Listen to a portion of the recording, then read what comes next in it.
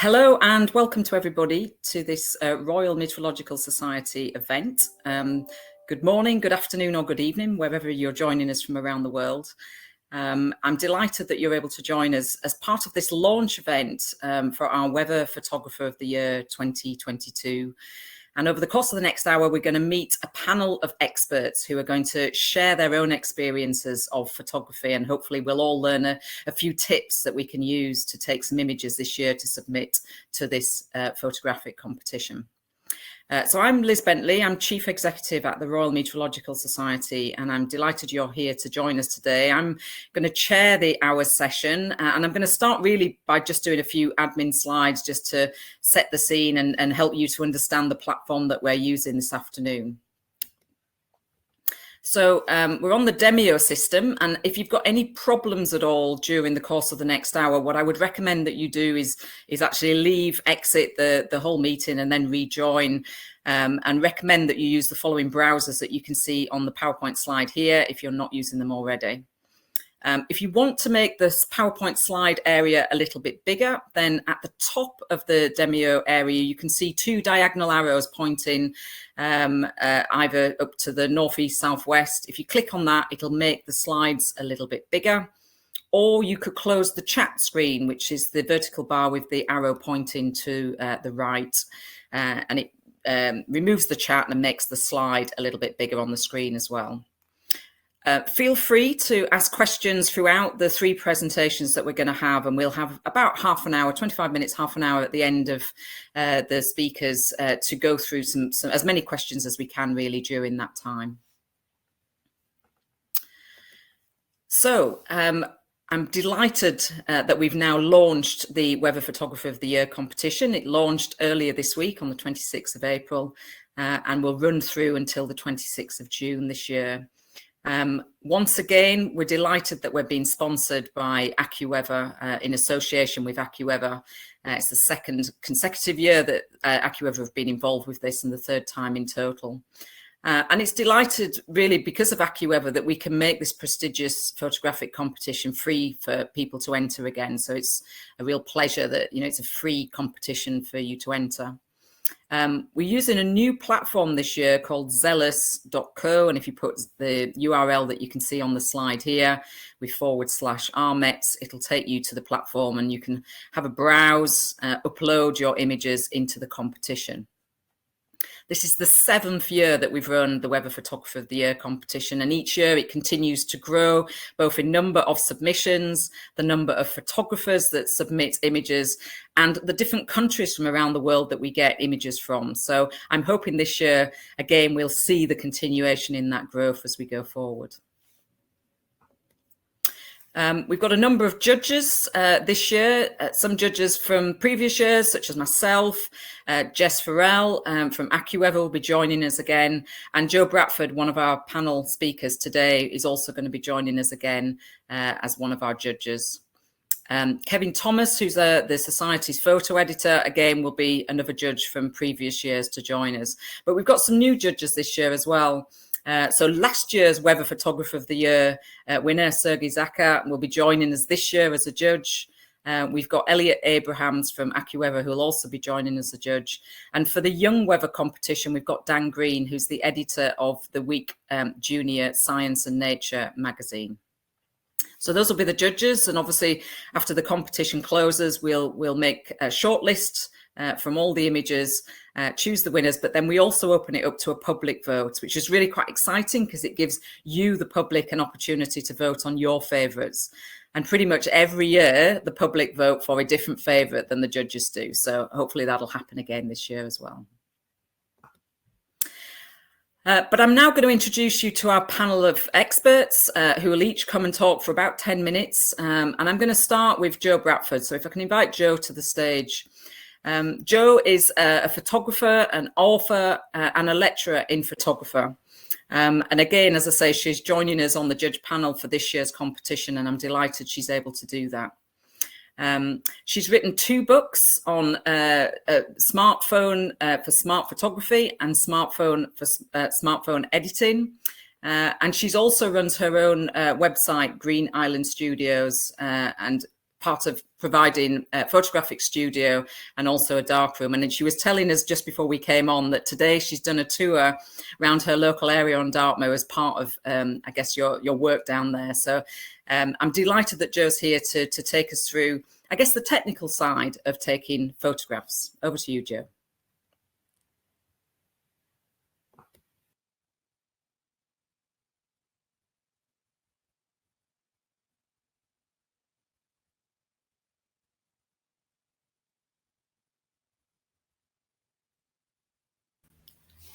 So I can't hear you, Jo. I don't know if you're on mute.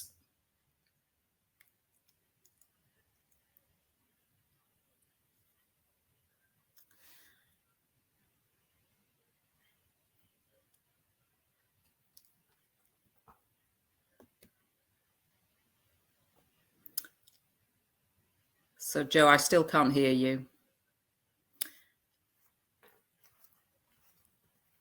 Do you want to just try and leave the stage and come back again and see if that works?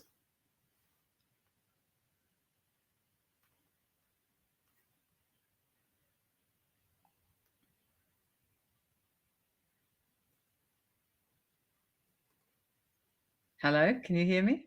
Oh, perfect. I can hear you now. There we go. Just turn it off and on again. Good evening, everybody. Thank you very much for having me again. And I'm very pleased to be back for a second year to judge the photography that comes in for this competition. It's always amazing to see what you guys find. So I thought it would be a really lovely way to look at some of the things that make a good photograph by having a look at some of the imagery that we had last year. So here, I'll start by sharing a slide of the winning images from last year's smartphone photography category. So yes, these were all taken on phones and they're all absolutely amazing. I had a great pleasure in judging this category, and as you can see, the work was stunning. So there was a fantastic breadth and depth of imagery to select from, and all the winners, I think, were worthy of inclusion regardless of the camera. So it didn't matter that this was the smartphone category. These photos would have done just as well, I'm sure, if they'd been in the main photography category as well. So I thought we could have a little dive a bit deeper into what makes these images successful. So we're going to look at the 10 images that won and have a look at the way they are a great representation of the kind of foundational principles of photography. So first up is our winning image. This was Christopher's image here. I think initially the weather part of it is that it features this beautiful swirling mist, and that in itself really softens the hard lines and elevates the image really beautifully. Mist is a really great thing for adding atmosphere to shots. And here it's been skillfully combined with a wonderful arrangement of line and form within the frame. So the recurring geometric motifs that you can see give a real rhythm to the composition. And you can see that there's lots of amazing light bouncing off the reflective surfaces within it as well. And that gives a real kind of intriguing patterns and an extra layer of something special to the picture. So, and then last but not least, in the foreground, you can see that there's some textural element, and that gives foreground interest too. Now, foreground interest is always worth thinking about when you're putting a photograph up, but it's particularly important when you're shooting with smartphones because they have little lenses and fixed apertures, and that can make you have a large foreground area. So it's always important to fill that with something that gives the audience or the viewer something to look at.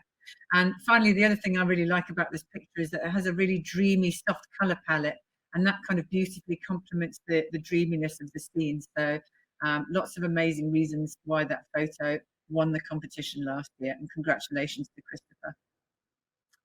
Next up's on the same subject, still talking about mist. I just need to advance the slide. There we go. Misty scenes always help give a dreamy, ethereal quality, as I say, to images, and this one again is no exception. Here you can see some other bits combined. So let's have a look at what makes this a good photo. So here the mist is combined with some very clever visual devices that really make the picture sing. For example, the first and most obvious one is that there's this reflection. So the reflection itself is bouncing light back. So the surface of the water is acting like a mirror, and that gives us the opportunity to increase the light in the area that would otherwise be a dark foreground. But it also means that you can introduce color and tonal range. So you've got some of the colors of the blue sky appearing in the bottom of the frame too. That reflection is also giving the scene a series of repeated forms, and they then create a pattern as they recede into the distance, and that also adds to the magic of the picture. And then also worth mentioning at this stage is there's this line of diminishing perspective that's enhanced through the picture. You've got a really strong diagonal leading line, and that really draws your eye into the image. And I think that kind of makes for overall, it makes the image really strong. So thinking about things like leading lines and dynamic diagonals and symmetry and balance are all really good things. So this one does really well with visual harmony. Now then, the next slide to consider is this lovely one, which is our first black and white one for me to show you this evening. There are a couple. So we were speaking about strong leading lines a moment ago, and this one does that beautifully. So ice and snow are really great for giving a sort of an otherworldly, almost monochrome effect to images anyway. And here I think he's taken one step further by actually converting to monochrome, and he's been able to then use this black and white palette to really enhance the textural detail within the image. So your eye is really drawn not only to the feathery crispness of the hoarfrost here, which stands out beautifully against the dark water, but look at all the surface detail in the water where the light's catching the little ripples, and then feel the way your eye kind of travels through the image all the way and is deposited at the back, and that headland, that bit of landscape. Yes, it's quite a sublime image. Speaking of black and white images, next on the list for me to show you. Here again, we've got a real strong series of lines and repeated forms, which we've discussed a little bit already. And these ones create a real pattern as they recede into the distance. And this line of diminishing perspective is then enhanced further by a really strong diagonal leading line of that railway track. That really draws your eye towards the back of the frame. Obviously, the weather here is falling snow, and this has actually been captured, as you can see, in more like little lines and dashes rather than spots of snow like you might expect. You could replicate this yourself by using a slower shutter speed, which allows yourself to capture a little bit. It'll record a bit of movement, and the movement will be recorded as blur. This can really easily be achieved with a smartphone. There are loads of apps on the market to do it, but you can also do it with your digital SLR, your mirrorless camera. All of them will allow you to do it. You just need to have a slightly longer exposure, so slowing down your shutter speed. If you're doing it with a smartphone, to a certain degree you can handhold, but best for all cameras of all shapes and sizes to stick it on a tripod and get some support for your camera. That said, this one was shot handheld, and it's done a very good job of capturing a little bit of motion blur. I think shooting these kind of scenes with snow falling in lit areas, but with a darker backdrop, works really well. So look out in those moments in the darker hours where you might be able to go somewhere with lighting and see if you can capture some snow along these lines. Don't shy away from taking photos on grey overcast days too. A grey sky can really bring drama all of its own to the scene. And here I think the backdrop of the grey works beautifully against this really bright green subject, and it gives this great colour pop to the image as well. So when you're out and about, think about using colour pops to give drama to grey day photos, and think about the way colour sits within your composition as well. The other thing that's worthy of note in this image is the way, because the image is shot through glass, it gives you an opportunity to think about raindrops or rainy weather in an unusual way, and I think that's also very effective. Oh, sorry, I don't know why that slide doesn't advance. Sorry, I'll just say again that that was the slide about the with the green colour pops and how effective it is to see the raindrops sliding down the image of the glass, with the glass in the foreground. So, and again, referencing that the grey sky was in the background. Apologies for that slide not going forward when I pressed the button. And then when we're talking about weather, you can't stop and not think about rainbows or fog bows that appear. And this one has appeared in the mist, and it's given a really magical, ghostly light, which I think is quite enchanting. I love the way there's a sort of a spotlight effect underneath the halo of the rainbow. So most people tend to put their cameras away when it rains, but I think you need to be out and about in that kind of weather to capture rainbows during and after storms. So to photograph a rainbow or a fog bow like this, the fog bow particularly, you'll need mist, fog or a cloud, obviously. And it helps if the sun is behind you. So the lower the angle, the better. So 30 to 40 degrees high is perfect. One of the other reasons why this image is really successful is there's a slightly elevated viewpoint, so you're almost looking down or kind of level at the rainbow, rather than often you end up looking up at them. So and also the use of a wide angle lens has allowed it to sit really nicely inside the center of the frame. It's almost like a pearl inside a seashell, the way that the light sits on this one. It's very beautiful. So the next image is this one again. In the moment of the storm passing, look for those breaks in the clouds and the sunlight and rain to make rainbows. This is the runner-up image in the smartphone photography category. And I think Susan has done a great job here in terms of composition and light. So firstly, the use of light and shade here makes some really intriguing foreground interest. And that's before we even get to the main subject itself. So the subject being centrally framed. So this central framing allows the arc of the rainbow to be the key component of the arrangement. And as her camera lens wasn't quite wide enough to capture the whole thing, she's done a really good job of just about bringing it in, but it's nicely lined up and positioned within the frame. So there's an equal amount of space to left and right, and she's got a nice straight horizon. Sounds silly to mention, don't forget to get straight horizons, but it does make a big difference when we're looking at the judging. I always like to see a straight horizon, the way I see them when I'm walking about on the beach. So the bright light in the inner arc is so compelling and appealing to look at as well. It kind of adds a different dimension to the picture. So if you do have the opportunity to get out an ultra wide angle lens, either on your phone or on your whichever camera you choose, you'll be able to capture almost all or all of the rainbow arc, and in a way that can make for a much more appealing photograph of rainbows. So speaking about capturing all or some of rainbow arcs, let's move on to something slightly different now and have a look at this one that's taken. So I don't want you to think it's all about landscapes in kind of countryside environments. So here's an urban one as well. So here the weather phenomenon is like a 22-degree halo around the sun, but the way it's been photographed, it's been pressed into a much smaller part of the frame by these imposing buildings around them.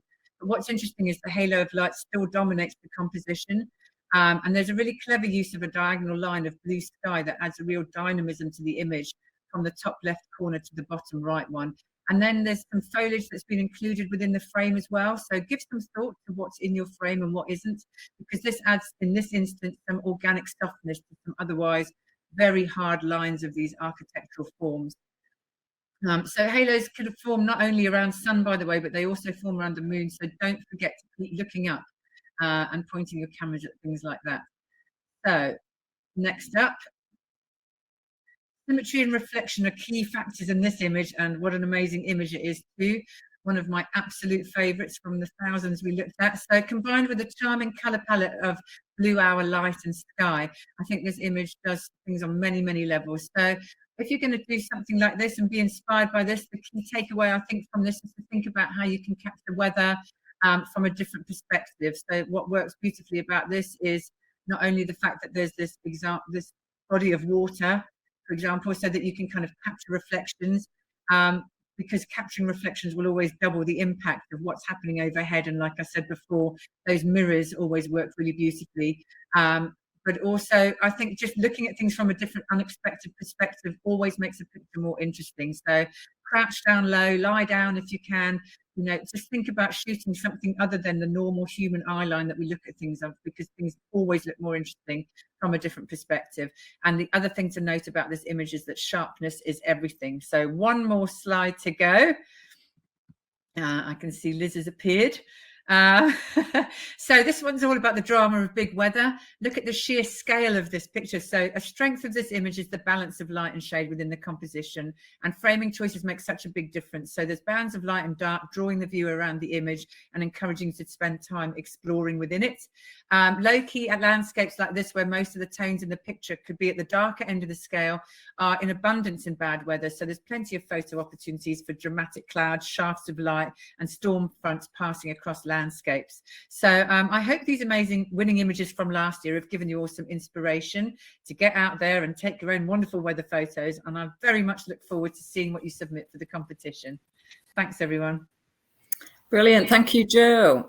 Exceptional. It's lovely to see these photos again, and, you know, to, as you say, look at the context of how each one is different, but still, you know, each one spectacular in its own right. So if you have any questions for Jo, please feel free to add it to the chat. And when we've listened to all three speakers this evening, we'll come back and raise some questions. So thank you very much, Jo. I'm going to invite our next speaker to the stage. And this is Toby Smith, and Toby is the Visuals and Media Program Lead at Climate Visuals. So he combines climate research and climate change imagery to help influence media narrative. Toby's a photographer. He embraces a range of traditional imaging and innovative video techniques tailored to objectives, story, and the audience. So Toby's presentation really this evening is around storytelling and how to use photography to help with storytelling. So over to you, Toby. Lovely. Thank you, Liz, and thank you, Joe. So Joe's presentation focused on the kind of aesthetic and tonal qualities of a picture, the surface of the image. And I think this is a really nice compliment because for 10 minutes, I'm going to focus on the behavioral response to an image. So less about the kind of surface of an image and more about how does it make us feel.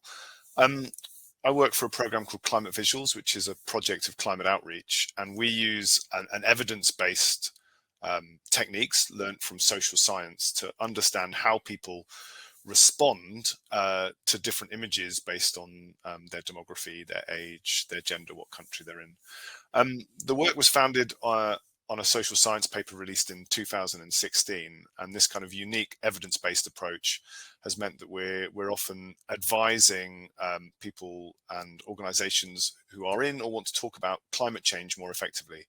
So we've done work with the IPCC, who released their a number of reports this year talking about the gravity and drama of climate change increasing. We've also done consultations with The Guardian, trying to make sure that the photography that they publish resonates better with their readership and supports their narratives. But then also we think about photography in broader terms. So how does Getty Images, for example, which are interested in stock photography and distributing stock photography, how can brands or businesses talk more effectively and with more engagement around their photography? When we think about photography, I like to think of images that do multiple things at once. So this is an image from a grant award we ran a few years back. This lady in a slum in India is actually being lit by a climate solution. She's being lit by a lamp, which is a solar powered solution in the area that she lives in Uttar Pradesh, but it also has kind of extra layers to the story. This is a development story, a gender equality story, as well as a climate story on sustainable lighting. But often also photography at its best is extremely emotional and powerful. And I think that's where weather and extreme weather events are becoming much more present in the images we look at. So therefore our photography has to have something different and combine some layers to be much more effective.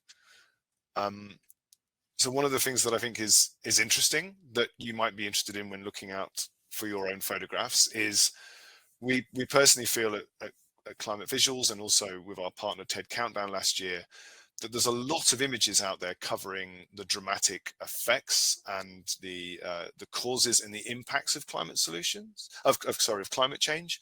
But I think there's a slight drought, there's a lack of climate solutions imagery out there. So if there's any subject matter or any images out there that are talking about positive elements about in regards to climate stories, that's something worth looking out for.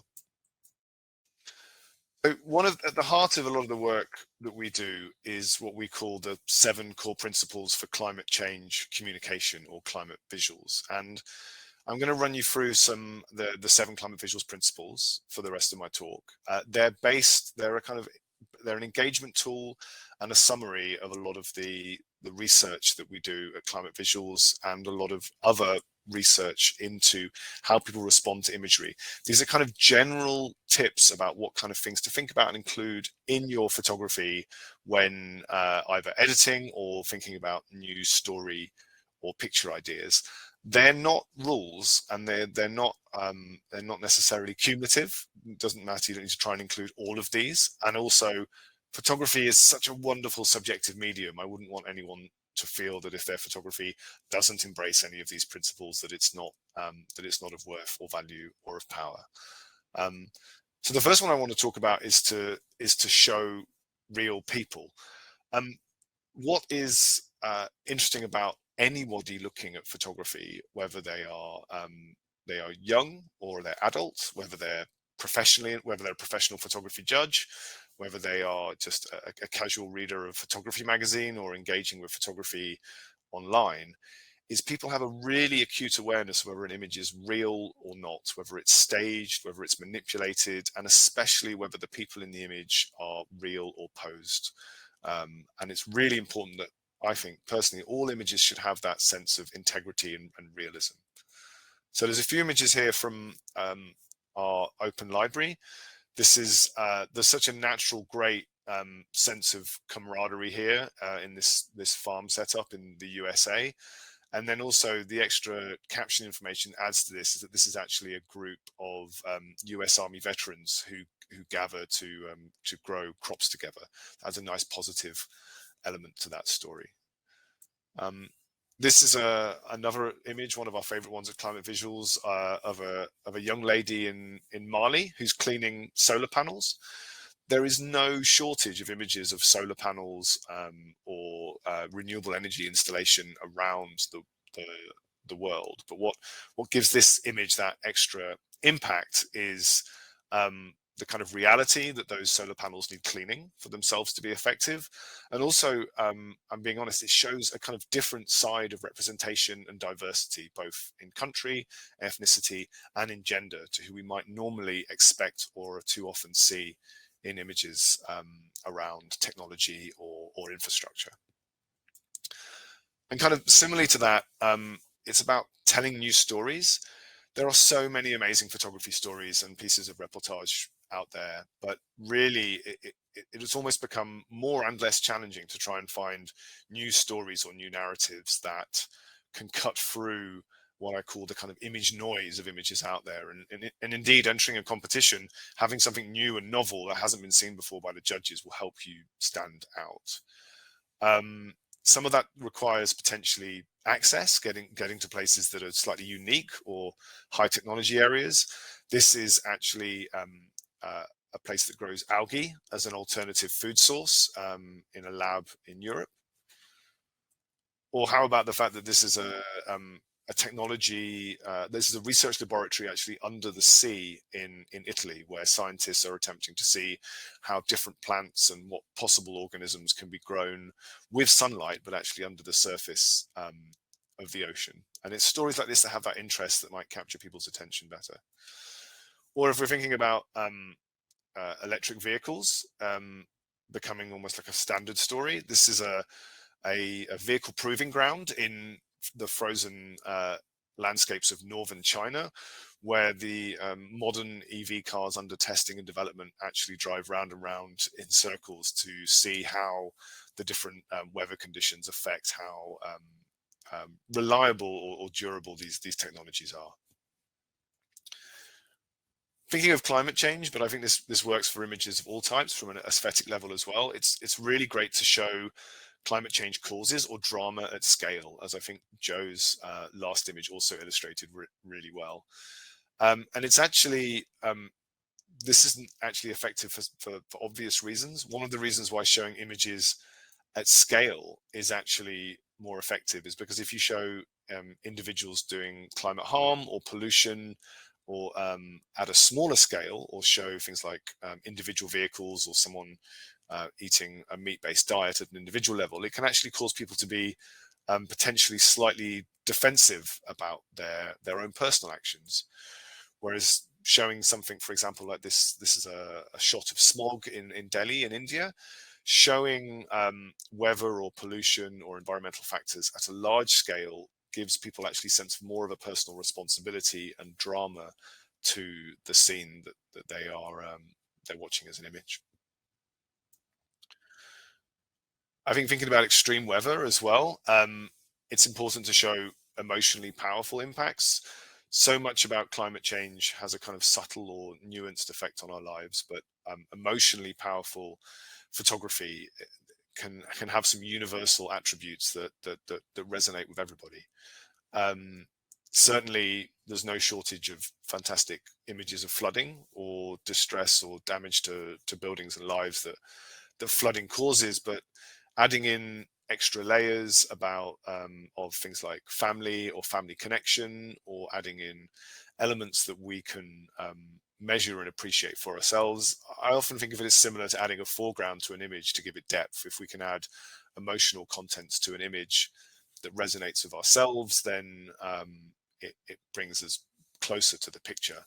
Like this image is wouldn't be quite as powerful without the people, almost with a sense of resilience, but potentially futility of trying to hold these waters back in India.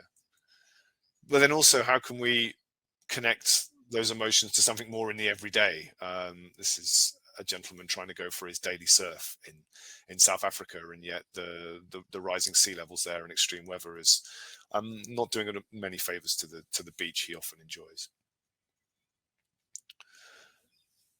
I think one of the things that photographers can really do to help the power of their own work is to understand their audience, to think about potentially the judges in a competition, or where the images are going to be used and landed, and how they can then modulate and change properties of the image to make it more relevant.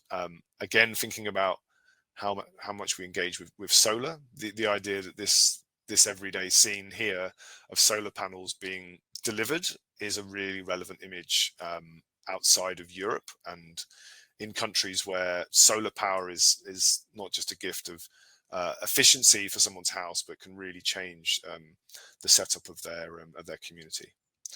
But then also maybe thinking about different contexts in how the secret life behind, we connect with this shirt, for example, and how maybe the secret life behind that shirt resonates with audiences in certain parts of the world. Showing things that are local is really something amazing that we can do with weather photography, potentially making sure that we include elements in the foreground or elements of the picture that means the image is placed within a location that we can comprehend or relate to ourselves. So this is an image that's potentially more recognizably in Europe due to the clothing that the people are wearing in the foreground and the type of trees, but it's obviously a dramatic event as a plane tries to put out a forest fire. Or also showing more of a kind of local aspect, something that would resonate with someone's faith, for example.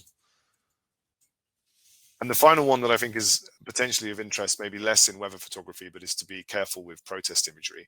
Often we discourage people including protesters in imagery because it's an example of how including someone for potentially a different interest or different culture can actually put people off their photography. So it's worth thinking about including people in the images that would resonate with the audience and the judges that you're sending your images to. Liz, back to you. That's great. Thanks, Toby. That's a really great selection, and I think some really nice examples of the variety of different ways of really giving that powerful message around climate change. So any questions for Toby, please put them in the chat, and Toby will join us again after our final speaker this evening. So thank you, Toby. See you in a few minutes. But I'd like to invite our final speaker onto the stage, and that's Craig Gunn. And Craig is the head of assignments at the commercial content arm of PA Media in the UK and Ireland. So this is part of the National News Agency. Craig's got 20 years experience of photography, photography manager. 12 of those were as the executive picture editor for the Daily Mail newspaper. And there isn't much, Craig, that you don't know, it says here, about the world of photography and how to make your photographs stand out from the crowd. So I think this presentation really is about how people can actually get their work published. So over to you.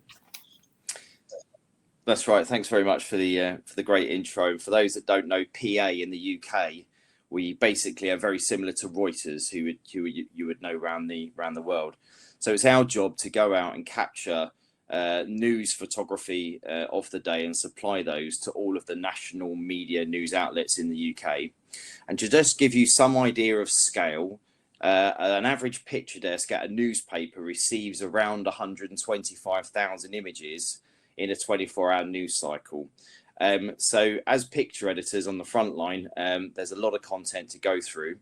And PA are responsible for around 1,000 images a day out to those outlets. And interestingly, the first images that are out at 7 a.m. in the morning for the news editors to have a look at are the weather photos. And PA has 23 great staff photographers that work for us. But one of those photographers has sort of cascaded himself to the top as our real weather expert photographer. So Basically, I'm going to harness some of my colleague Owen Humphrey's great weather photography to try and talk through in the next 8.5 minutes, basically how your imagery can stand out to a picture editor. And for total transparency, I'm not a photographer myself. I've just been editing photographers for a long, long time. And some of the things I want to teach you today is how to tell stories in really, really effective ways and quickly. I usually do this in around 3.5 hours, but I'm going to give it to you guys in a very, very short period of time. So strap in. So what are we talking about when we're talking about editorial photography and storytelling photography? Now, editorial content is a very specific type of storytelling photography. So we all know that a story needs these core elements: who, what, why, and where. So in any press release or any news story, you need to have these elements captured off. And I have a very good working philosophy that any photograph, if you can demonstrate within your photograph 3 of 5 of those elements, then you have the perfect editorial picture. So if you can, in your photograph, demonstrate 3 of these elements, then for a picture editor, you're spoon feeding them what the story is all going to be about. And obviously, this first picture is a lovely example of what's going on in spring at the UK. And when we think of the Who, in the same way that I'm telling you a story now, your weather photography can connect with people when we humanize the imagery itself. So in this example, the Who are people at Annick Garden in Northumberland admiring the cherry orchards, which obviously at this time of year, they bloom for a 2-week period of time. So it's a lovely kind of way of doing a weather picture. But again, we've ticked off the who and the where and what it is that we're looking at, and the picture's so kind of intriguing, you then would look to the photo caption for the other 2 elements. So you always need all of the elements to tell a whole story, but visually, if you can tell 3 of them in your frame, then as a picture editor, you've done half the job for me. It's really going to stick out. One thing I would say is editorial photography, everything's shot in camera. So none of the photography that we put out to news media has any form of retouching or photoshopping done to it. Everything's done in camera, and that really harks back to one of the previous speakers about the authenticity of the pictures, and that's what it is. And if you do that in a picture, then obviously you get a bit of a wow moment. So things to look out for when going out into the field. And again, these have been covered off. And as I say, I'm not a photographer myself, and so I'll leave the knowledge of the rule of thirds principle to better experts.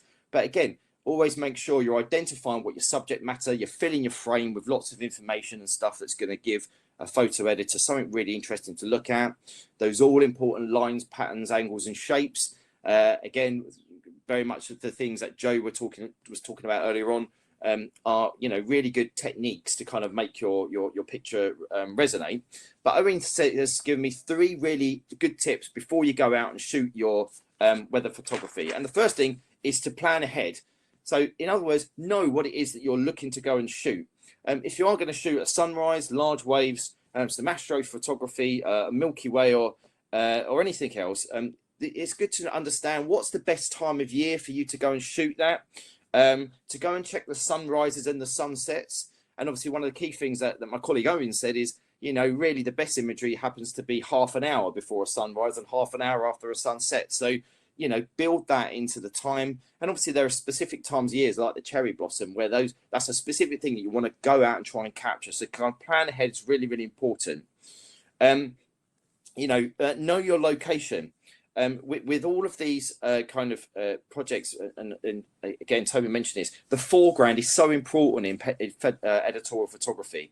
Like I'm telling you a story, if you can place a human being or an animal or something that we can relate to in the foreground to give us a sense of scale, to give us a sense of that imagery, then foreground is really, really important. Just understand the location ahead of going. And the last thing is safety, and so it's one that we tend to forget about because we're in a rush to go and get that golden hour shot. We all want to get a killer picture, but we don't need to literally lose our life around it.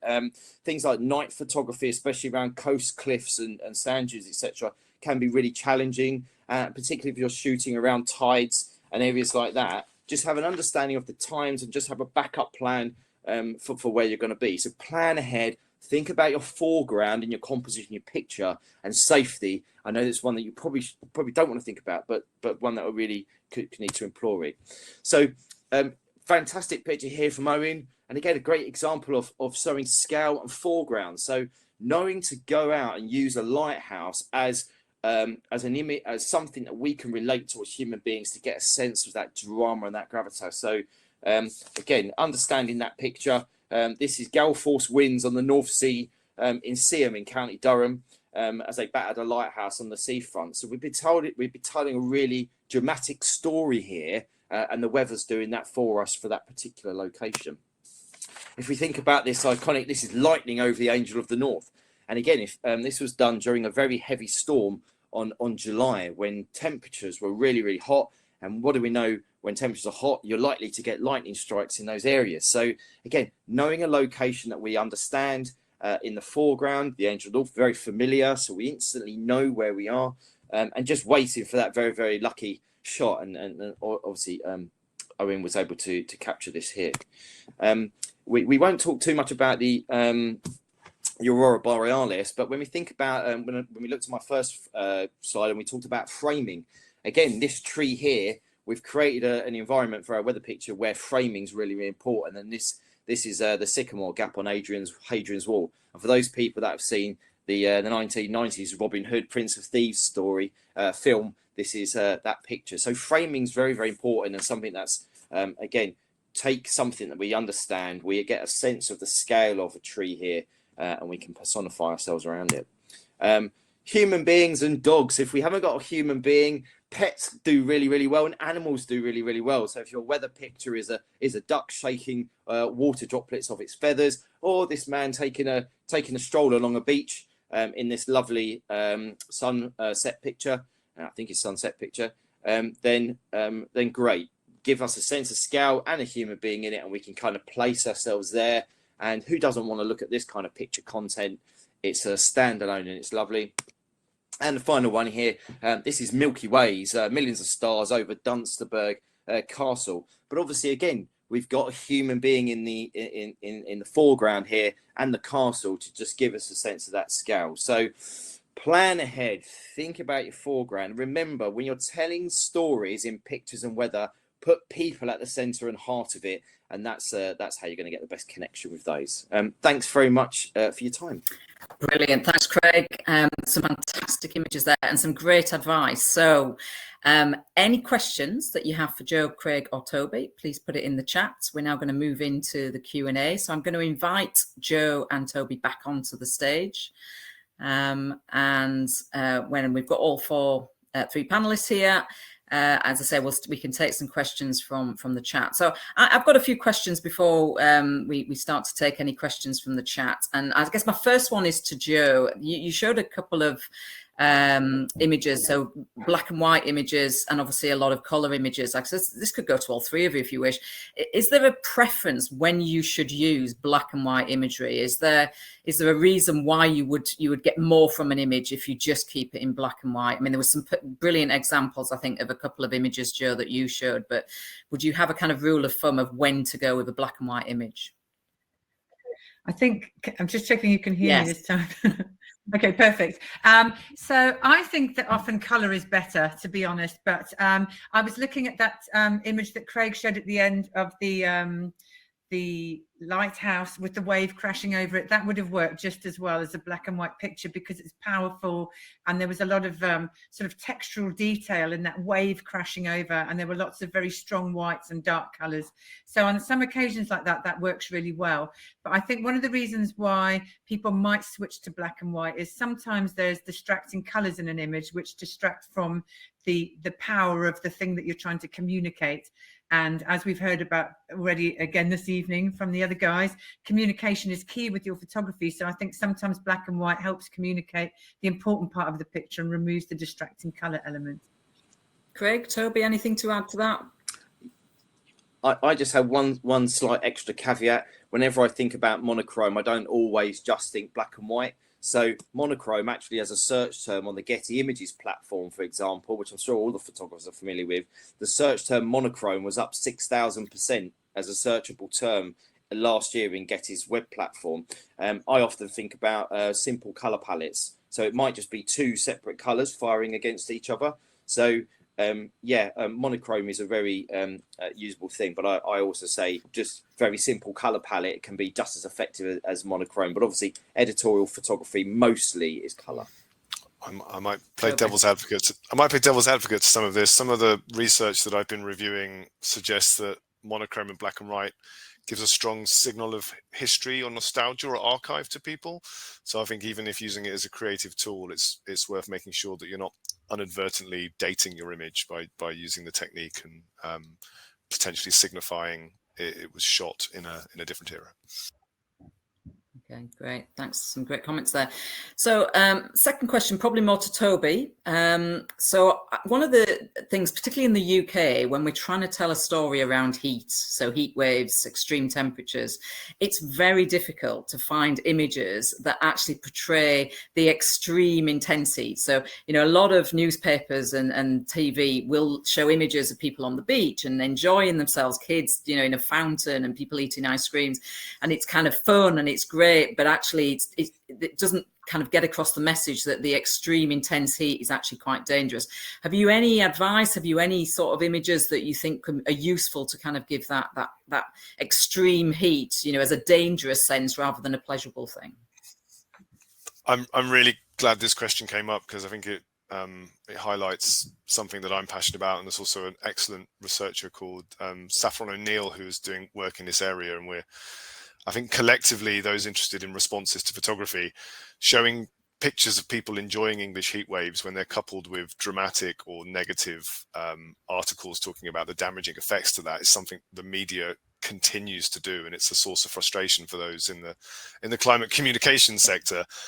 But I also recognise as a photographer and interested in the system that there's a problem there, that when it gets warm in Britain, those are ripe fruit to be plucked by photographers, and I'm sure Craig gets absolutely buried in them as soon as the sun comes out. Some of the tips I think to get past that is also, to Craig's point, is thinking about planning, right? Is where are the stories or the narratives that this extreme heat, which is happening more often and more frequently in the UK, is actually potentially having a negative effect critically in photography that we can actually see and capture, and then you have really valuable images that might complement some of the drama in the text or the headlines, and I think you'll find they'll probably get published like wildfire as well. Sorry, genuinely terrible pun by accident there. Some tips that I know are out there, so the effect on agriculture is keenly felt, the effect on livestock.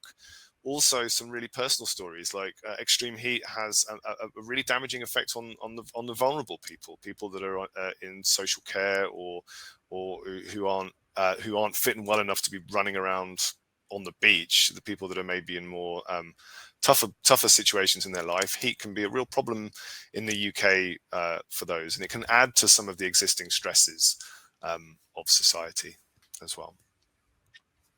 So Craig, what kind of images would you be trying to look for if you're trying to tell that kind of heat wave, extreme heat, intense heat, not just some warm sunshine on a bank holiday, but the real extreme record-breaking heat?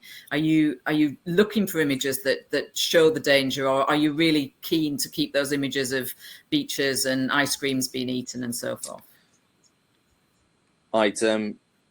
Given the publications I've worked at, I'm going to say we tended to go for the horror story first and foremost. But for me, I think when it comes to extreme weather experiences and we think about foreground, I think just kind of heat haze in the foreground and a blurring, and then people in the far distance slightly moved out. Those kind of images look really good.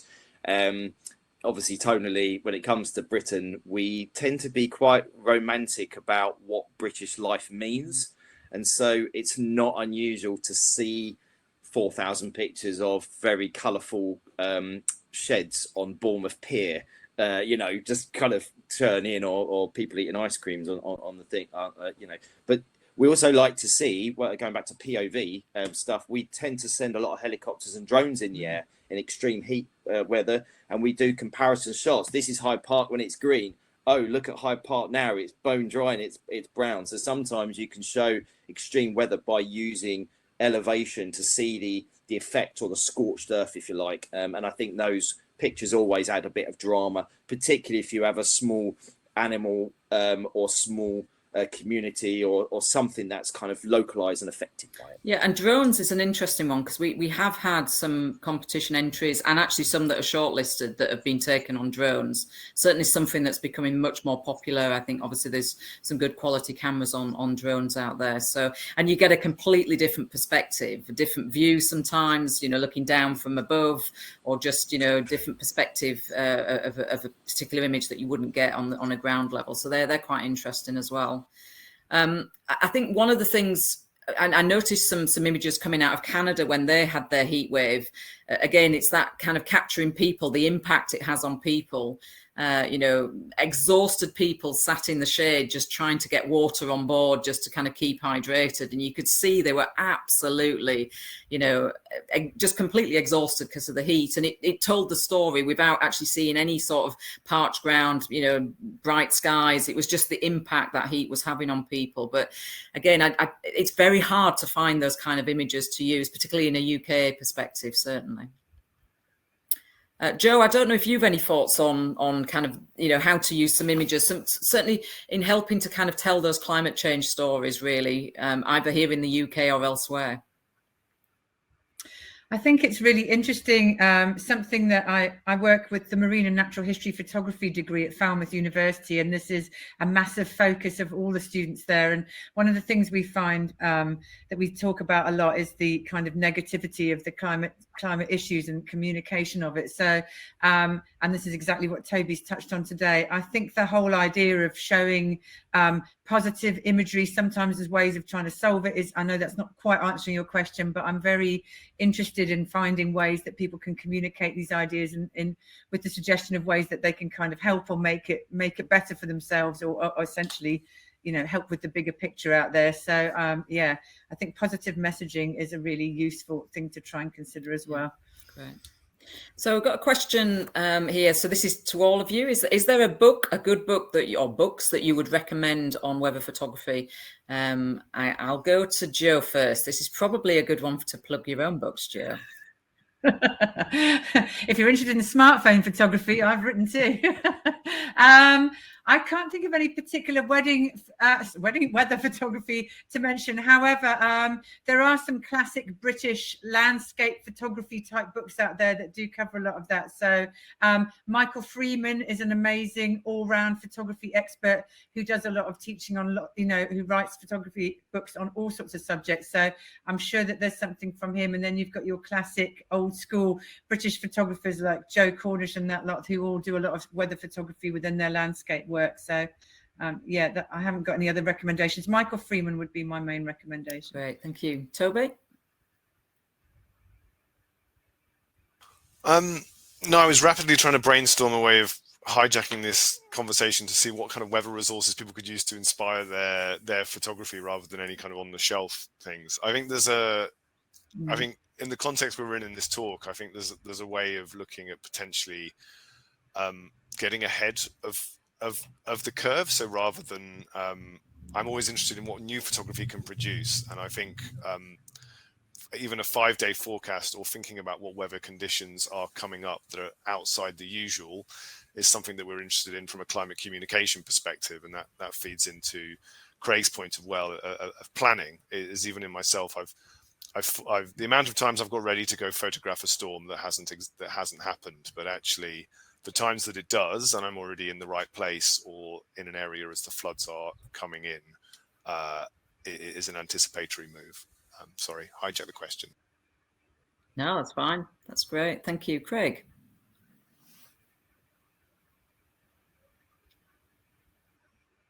As I say, being a non-photographer and editor myself, there's a great book that we did in the mail, which was on Robert J. Ford. He did a book that had over 160 shots showing things like it was like UFO clouds and mists and lightning storms or whatever. So Robert J. Ford's book was a good coffee table turner, but in terms of technical books to enrich your skill set, I'm afraid Joe's the person for that, maybe. Great. I'll do a plug right at the very end of in about 5 minutes time, so that we brought out a book and your wonderful book and the wonderful RMetS. Absolutely, Weather Photographer of the Year. So we'll plug that in a minute. So I think all three of you touched on obviously the use of people or objects or buildings, particularly iconic buildings, so you can kind of position where the photo's been taken immediately. If you think about many of the images we've had in weather photography, a lot of them will have animals in them, and particularly where the weather is impacting on an animal. So I remember we had one of a pony, I think it might have been on Dartmoor actually, Joe, where you are, and you could almost feel the cold in its face. It was just the weather was just impacting significantly on the animal itself. And then we've had I think some other images that instantly where it's taken. Brooklyn Bridge in New York, for example, was one of our winners a couple of years ago. So is that a really important part to have that kind of, and you mentioned, Craig, the who and the where. You said three of those kind of, I think there were 5 or 6 elements that you chose. Are the who and the where probably more important than the others, or do you think there's a kind of equal balance here? 100%. Every single photo caption begins with who, without a doubt. Now, the who could be people, the who could be a pony, whatever it is, but it's always the first thing that's front and center of any editorial photo caption.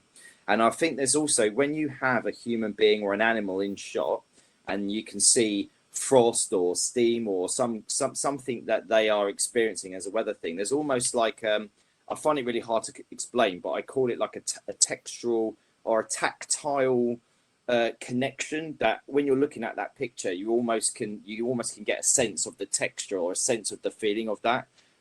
There's probably a really good technical term for it, but when you see things like architecture and it's really rusty and you have that rust in the foreground, you can almost feel that grain in the photograph. And I think that's the same with weather pictures. And if it's a dachshund with an icicle dripping from its nose because it's -3, then that's always going to tell a really, really fun and great story, and who doesn't like to see those pictures? Yeah, absolutely.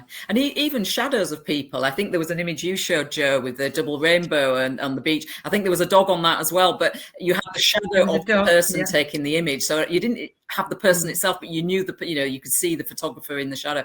So even that's really useful, isn't it, in a contextual sense?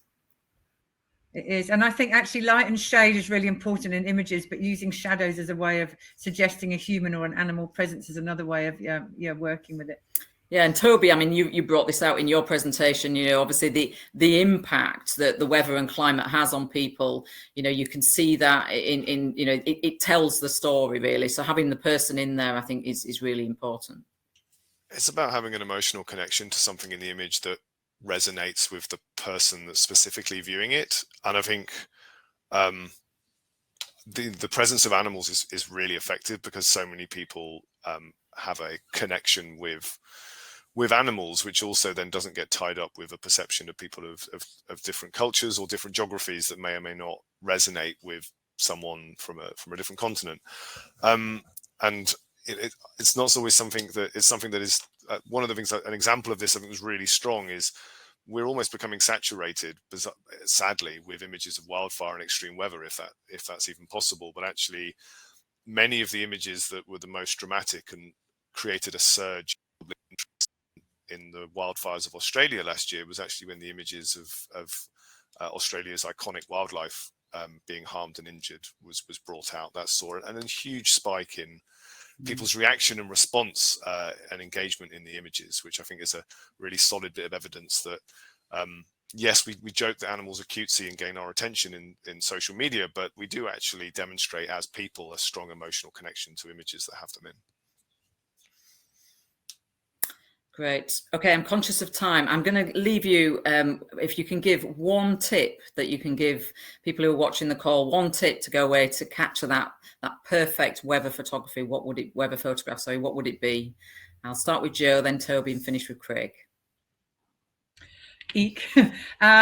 What can I say? I think when you're going out to photograph weather and you have your kit ready to go. So I often find people coming back to me and going, oh, I missed that shot, and you catch the tail end of things. So kind of have your kit out and ready to go. Don't wait till it turns up and then start trying to photograph it. Be ready when it happens. Great, thank you. Toby? the concept of research in all of its permutations, whether that's social science, weather science, location research, or really good image research. How does yours compare or fit in with the bewildering amount of images that we all see day after day? Great, thanks. And Craig? I'd say just try and do something different. I mean, there's 1,000,001 weather photographs out there. If you're going to go and capture something, just try and think of a new, fresh perspective. I also think, yes, planning is great. And if you've got your big Canon 5D and your kit and your multiple lens and your bag, that's fantastic. But day to day, your phone and a small little Minolta or just something in your pocket, you know, just so if something does happen ad hoc, then you're ready to do that shot. So, yeah, 2 things: planning, try and do something unique. Brilliant. Perfect. So a big thank you to our 3 experts tonight, Joe, Toby and Craig. A big round of applause, and I'm sure a virtual round of applause from the audience as well. I've just got a few slides as I close quickly to end this meeting. So if we can put those slides up. So just to again announce that we've now launched the Weather Photographer of the Year 2022. And you can see here the URL, the website link to go and upload your images for this year's competition. So the closing date is the 26th of June. I mentioned briefly the book, A Force of Nature. So this is capturing images from our Weather Photography of the Year competition, a collection of fantastic images mixed up with some climate essays broken up into chapters across the book. And the book is available on Amazon. And we've also very recently brought out a second book, which again uses a lot of the images from the Weather Photographer of the Year, but this is an A to Z book. So if you just want to find out more about weird and wonderful weather phenomena, it's a great book just to dip into. And again, it's available on Amazon. The RMetS Society is a membership organisation, and if you're not already a member of the society, then I would encourage you to join. There's a whole range of benefits of being a member, and again, there's a website link at the bottom if you want to find out more or wish to join the RMetS Society.